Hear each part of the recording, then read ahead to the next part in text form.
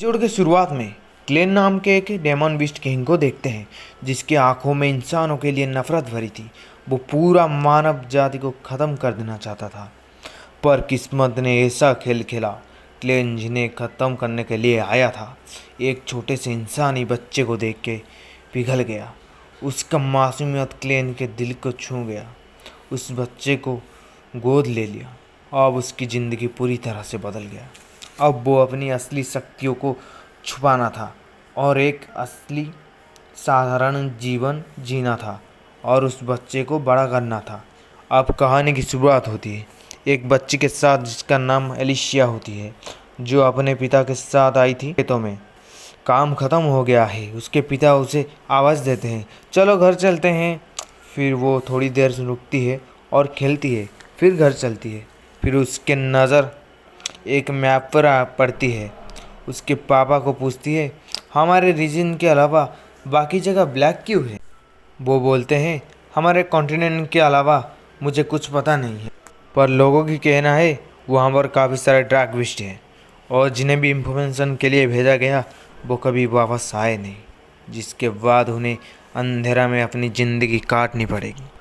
ये सुन के एलिसिया खुश नहीं होती। फिर उसके फादर उसकी कंट्री की लेजेंड हीरो के बारे में बात करते हैं, जिन हीरो को एक स्वॉर्ड ग्रांट करेगी और वो स्वॉर्ड के वजह से जो हीरो है उस डार्क बीस्ट को ख़त्म करेंगे।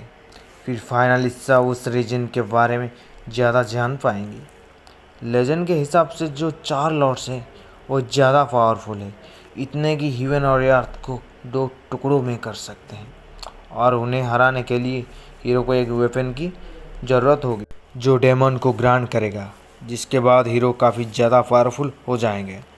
और ये सुन के एलिशिया खुश हो जाती है और वो बोलती है वो बड़ होने के बाद एक हीरो बनेगी। उसके फादर बोलते हैं ये काफ़ी ज़्यादा मुश्किल होगा। फिर सीन शिफ्ट होता है, हमें दिखाया जाता है एलिशिया बड़ी हो गई है, टाइम आ चुका है मैं अपने सपने को पूरा कर सकूं। और वो एक घोड़ा गाड़ी में जा रही होती है। अकेले नहीं होती वो, क्योंकि उसके साथ बहुत सारे हीरोज़ हैं। वो अलग अलग रीजन के से आए थे और उनके अलग अलग स्पेशलिस्ट होते हैं। फिर वो लोग आपस में बात करने लगते हैं। उनके बाद से पता चलता है कि उनके जो कंट्रीज़ है उनके आपस में बनती नहीं। साथ ही साथ ये बोलते हैं कि एक फीमेल हीरो कैसे बन चुकी है। तभी आगे का रास्ता ख़त्म हो चुका है। ये जो घोड़ा गाड़ी है आगे और नहीं जा सकता। ये जानने के बाद वो लोग चल के जाने के लिए निकलते हैं। तभी वहाँ मॉन्स्टर आ जाते हैं और घोड़ा और उसके चालक को मार देते हैं। ये देख के हीरोज़ हमला करके एक एक मॉन्स्टर को मारना चालू कर देते हैं। पर तभी जो दुनिया है केओस से बनी है, तो मैं भी इसमें पैदा हुआ हूँ। तभी हमें उस रीजन के लॉर्ड को दिखाया जाता है। फिर हीरोज़ मॉन्स्टर को मारे जा रहे थे। जितने भी उनके आगे आते हैं, फिर भी उनके आगे एक मूनलाइट आ जाता है जो साउथ रीजन का लॉर्ड है। क्लेविडस को अपने सामने देख के वो लॉर्ड को महसूस कर सकते हैं, लेकिन उसके बावजूद भी वो लोग उसके ऊपर हमला करने के लिए आगे बढ़ते हैं। पर एक झटके में ही उनका जो स्ट्रॉन्गेस्ट हीरो था उसका कचुम्बर बन जाता है। ये देख के दूसरा हीरो हमला करने के लिए जाता है, पर क्लेविडस उसका भी गर्दन अलग कर देता है। सभी हीरोज़ काफ़ी खौफ में थे। फिर क्लेविडस और 2 हीरोज़ को मार देता है, जिसके बाद एलिशिया सभी को बोलती है उसका टेल साड़ों से निकल रहे हैं। फिर वो जंप करने स्टार्ट कर देती है। ये देख के क्लेविडस भी काफ़ी हैरान होता है।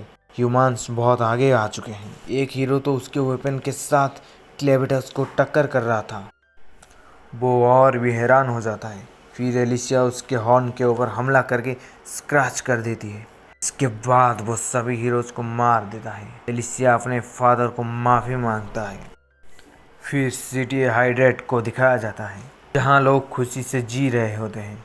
तभी वहाँ क्लेविडस आ जाता है, जिसको देख के सारे लोग घबरा के भाग रहे होते हैं इधर उधर। फिर क्लेविडस बोलता है, हीरो ने कहा था उस किंग का नाम जोसेन है।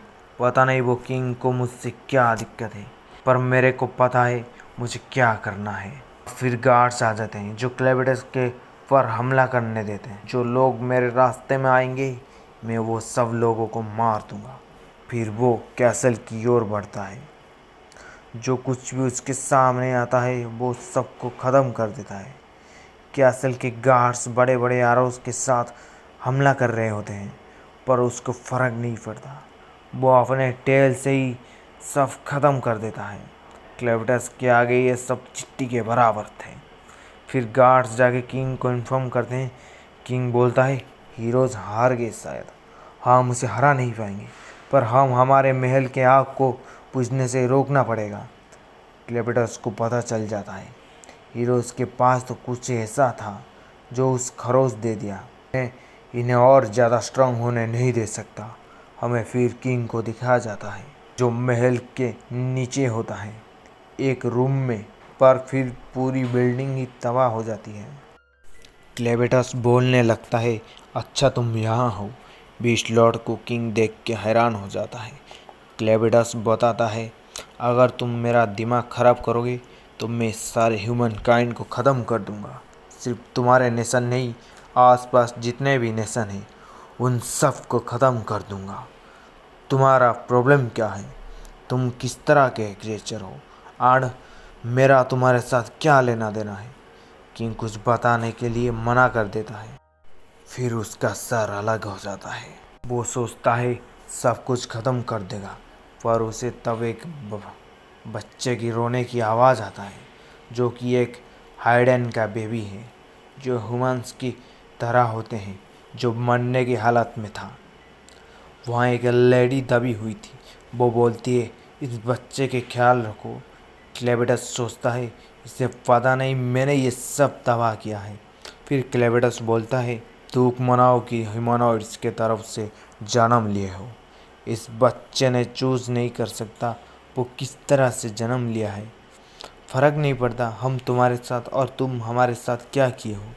क्लेविटस बोलता है, मुझे नहीं पता, ये सब मेरे लिए सब सेम हो।